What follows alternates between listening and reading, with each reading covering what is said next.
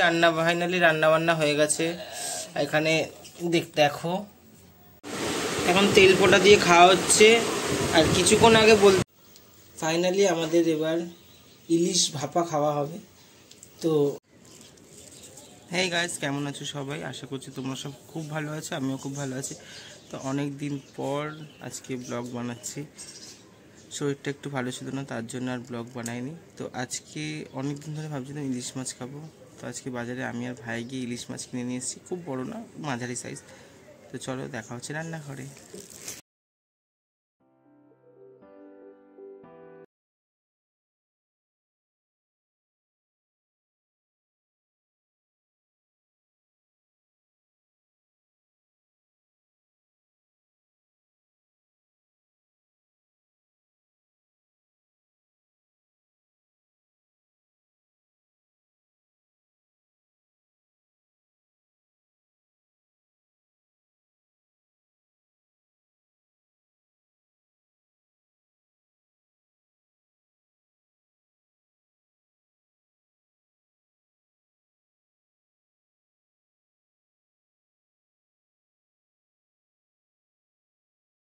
এই মিশ্রণটা এখন আমি দিদাকে দিয়ে আসবো, কারণ আমার হাতে একটু ব্যথা রয়েছে, তার জন্য আমি বাটতে পারবো না। তো তার জন্য আমি দিদাকে দিয়ে আসছি।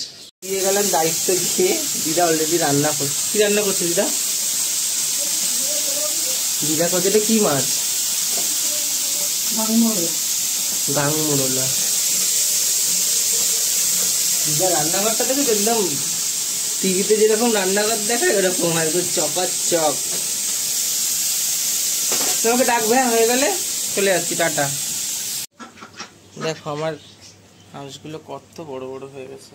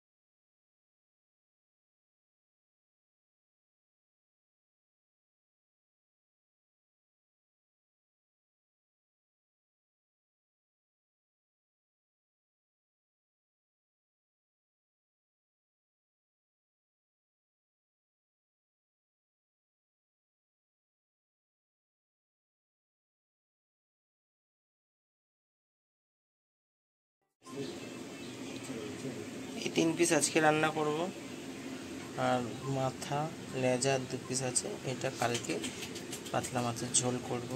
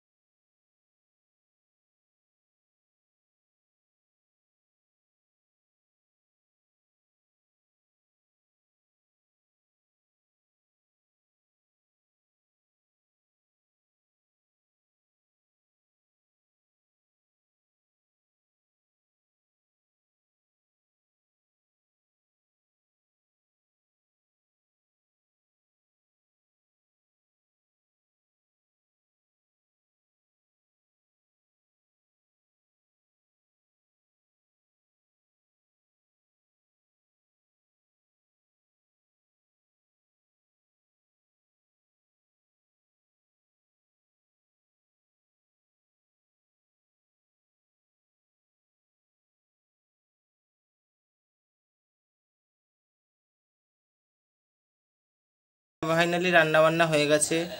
এখানে দেখো ইলিশ মাছ হয়ে গেছে আমাদের, আর এখানে মাছের তেলটাও হয়ে গেছে, বেশ ভালো কালার এসছে, আর ভাতটা ওখানে রয়েছে।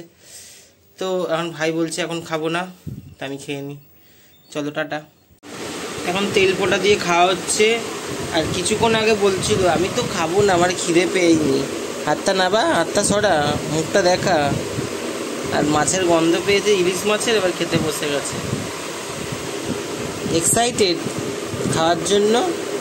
ভাপা জোরে বল। হ্যাঁ, তুই শুনতে পাবে না তো তোর কথা, হ্যাঁ বলছিস না না বলছিস।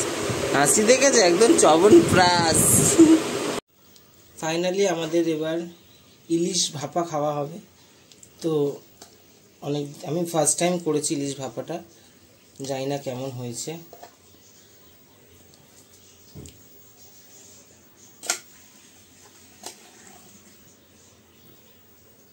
ওই বলতে পারবে যে কেমন হয়েছে।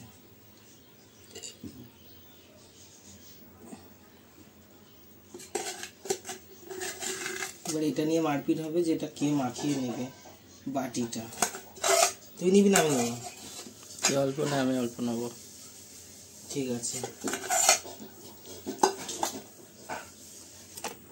ফাইনালি ভাত মাখানো স্টার্ট। কেমন হয়েছে খেতে? অসম। ভালো হয়েছে? অসম। ভাবিটা আর কি, এখনো খাইনি। ঠিক আছে চলো, দেখা হচ্ছে, টাটা।